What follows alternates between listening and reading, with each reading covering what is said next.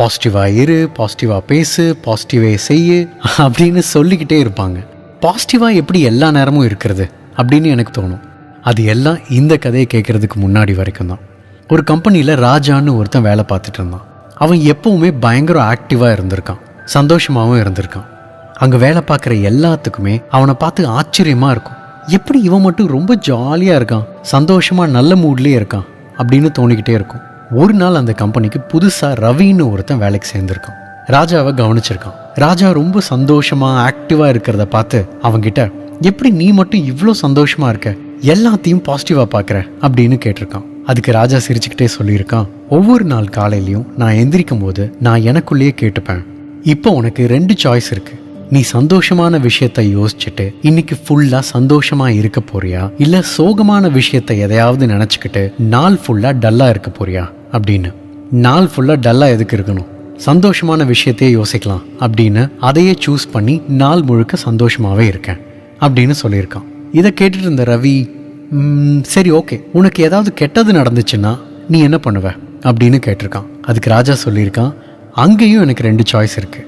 எனக்கு நடந்த கெட்டதையே நினச்சி நான் நொந்து போய் உட்காரணுமா, இல்லை எனக்கு நடந்த தப்பில் பாடம் ஏதாவது கற்றுக்கணுமா அப்படின்னு யோசிப்பேன். நொந்து போய் உட்காந்துட்டு இருந்தா நான் அப்படியே உட்காந்துட்டு இருக்க வேண்டியதுதான். அதனால நடந்த தப்பு ஏன் நடந்துச்சு அப்படின்னு யோசிச்சு அது திரும்ப நடக்காம பார்த்துக்கலாம் அப்படின்னு அதையே சூஸ் பண்ணுவேன் அப்படின்னு சொல்லியிருக்கான். இதை கேட்டுட்டு இருந்த ரவி, சரி ஓகே, ஆனால் யாராவது உன்னை பற்றி தப்பாக பேசினாங்கன்னா அப்போ நீ என்ன பண்ணுவ அப்படின்னு கேட்டிருக்கான்.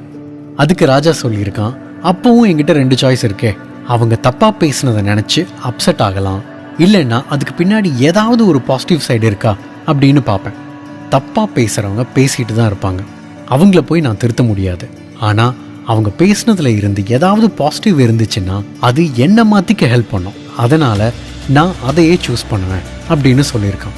ராஜா தொடர்ந்து ரவி கிட்ட சொல்லியிருக்கான், நம்ம கிட்ட எப்போவுமே 2 சாய்ஸ் இருக்குது. அந்த 2 சாய்ஸில் நாம் எதை சூஸ் பண்ணுறோங்கிறதுல தான் நம்மளோட லைஃபே இருக்குது. ஒரு சாய்ஸ் நம்மளை எப்போவுமே வருத்தப்பட வச்சு சங்கடப்பட வச்சுக்கிட்டே இருக்கும். இன்னொரு சாய்ஸ் நம்மளை சந்தோஷமாக சிரிச்சுக்கிட்டு நல்ல மூட்லேயே வச்சுருக்கோம். என்ன கேட்டால் முதல் சாய்ஸ் எடுத்தால் நம்மளை வேலையே செய்ய விடாது, முடங்கி போட்டுடும். ஆனால் 2வது சாய்ஸ் எடுத்தேன்னா எப்போவுமே சந்தோஷமாகவே இருக்கலாம், உன்னை சுற்றி இருக்கிறவங்களே உன்னால் சந்தோஷமாக வச்சுக்க முடியும் அப்படின்னு ராஜா ரவி கிட்ட சொல்லியிருக்கான். இந்த இன்சிடென்ட்டுக்கு அப்புறம் ராஜா வேற ஒரு கம்பெனிக்கு வேலைக்கு போயிட்டான். ரவியும் வேற ஒரு கம்பெனிக்கு வேலைக்கு போயிட்டான்.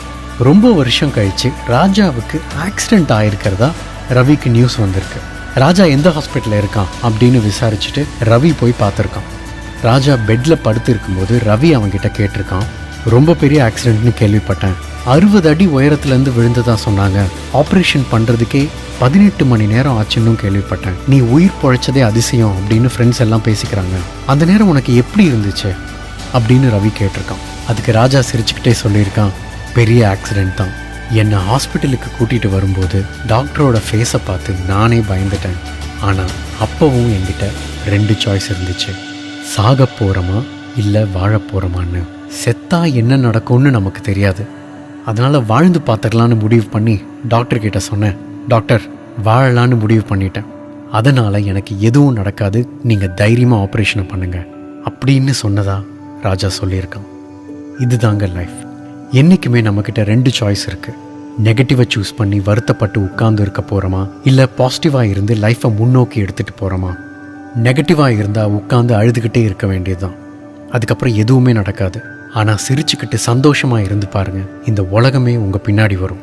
ராஜா சொன்ன 2 சாய்ஸ் நமக்கும் டெய்லி இருக்குது. காலையில் எந்திரிக்கும் போது நமக்கு நடந்த நல்ல விஷயத்தை மட்டும் யோசிச்சுட்டு எந்திரிங்க, அந்த நாள் ஃபுல்லாக நல்லா இருக்கும்.